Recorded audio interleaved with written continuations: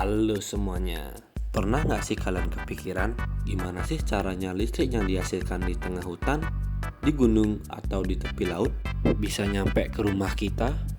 Nah, saya Igusti Agung Putu Suryatnyana dengan NIM 24153940002 akan menjelaskan bagaimana sih alur penyaluran energi listrik dari pembangkit sampai ke rumah kita.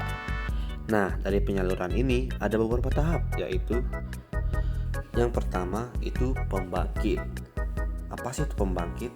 Pembangkit listrik adalah fasilitas untuk mengubah energi primer seperti energi panas, air, angin, dan matahari menjadi energi listrik. Dan ada dua kategori besar. Yang pertama itu pembangkit listrik konvensional. Pembangkit ini menggunakan sumber daya fosil atau tidak terbarukan seperti PLTU menggunakan batu bara, PLTD menggunakan solar, dan juga PLTG menggunakan gas bumi. Yang kedua, ada pembangkit listrik energi terbarukan.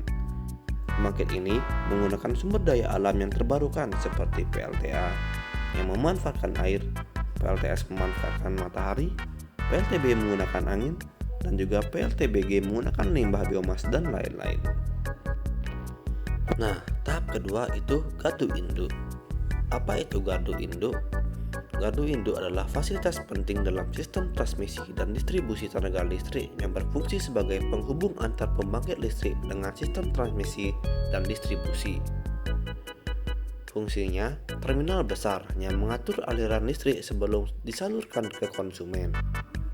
Dan fungsi utama gardu induk ini yaitu yang pertama menaikkan atau menurunkan tegangan, mendistribusikan daya ke berbagai arah, pengamanan dan proteksi sistem, dan monitoring dan kontrol sistem listrik.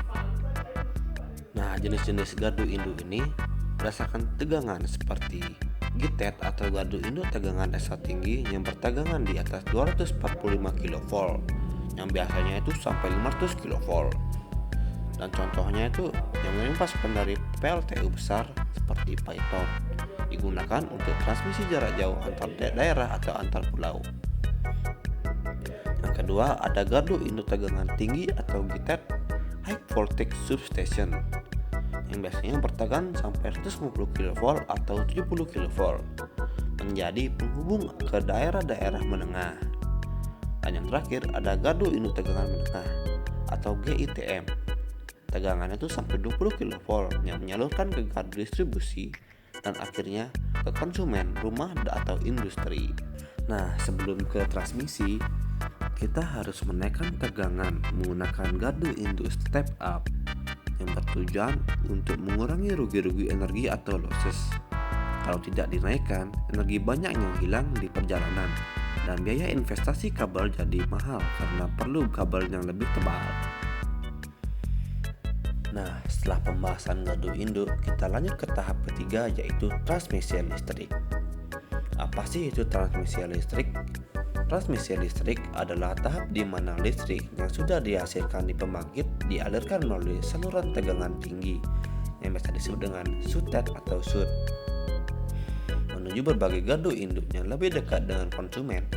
Proses transmisi ini menghubungkan pembangkit dengan pusat-pusat beban seperti kota, kawasan industri, atau bahkan desa. Dan tahap keempat atau yang terakhir itu tahap distribusi dan konsumen.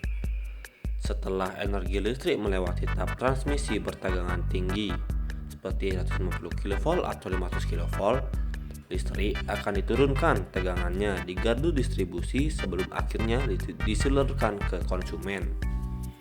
Dan gardu distribusi ini ada dua, yaitu yang pertama, distribusi primer. Tegangannya tuh bisa sampai 20 kV, tegangan menengah. Dari gardu induk, listrik turunkan tegangannya dari 150 kV ke 20 kV. Listrik 20 kV ini didistribusikan ke gardu distribusi di dekat kawasan pemukiman, industri, atau gedung. Dan distribusi kedua yaitu sekunder. Yang tegangannya biasanya itu 380 volt yang 3 fasa atau 220 volt 1 fasa. Di gardu distribusi ini Trafo distribusi akan menurunkan tegangan dari 20 kV menjadi 380 volt untuk industri kecil atau gedung besar 3 fasa. Dan juga 220 volt untuk rumah-rumah 1 fasa. Dan singkatnya, alur sistem tenaga listrik ini berawal dari pembangkit, gardu induk step up transformator, transmisi, gardu induk step down transformator, distribusi primer, trafo distribusi, distribusi sekunder, dan yang terakhir itu konsumen. Dan itulah alur sistem tenaga listrik.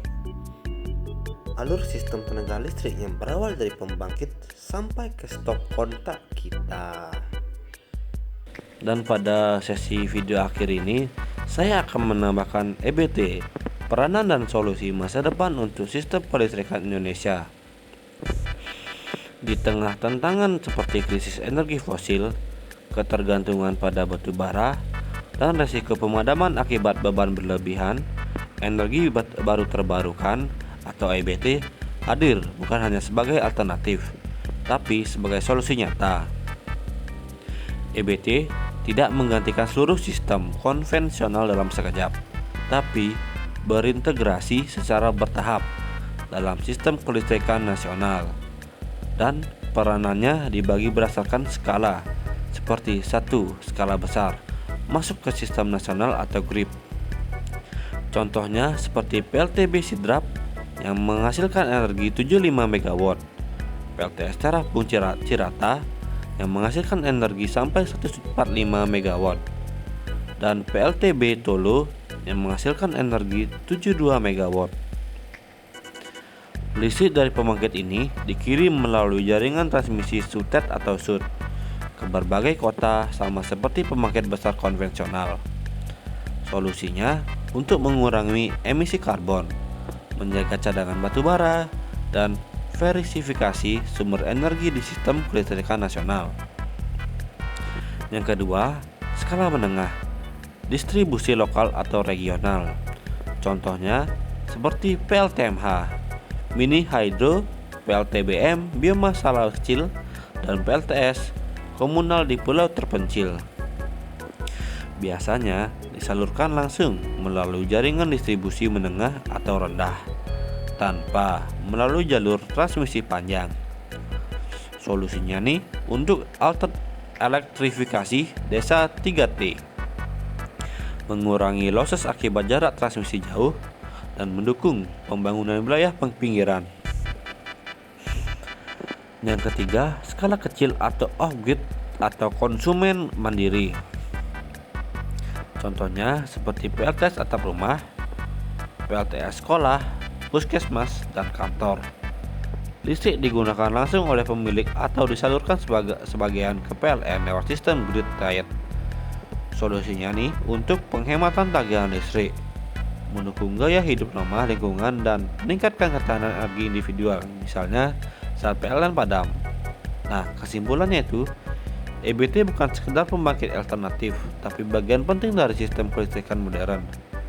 Mulai dari pembangkit skala besar menopang beban nasional hingga panel surya kecil di atas rumah. Semuanya berkontribusi dalam menciptakan sistem listrik yang lebih bersih, efisien, dan andal. Itu saja dari saya. Terima kasih.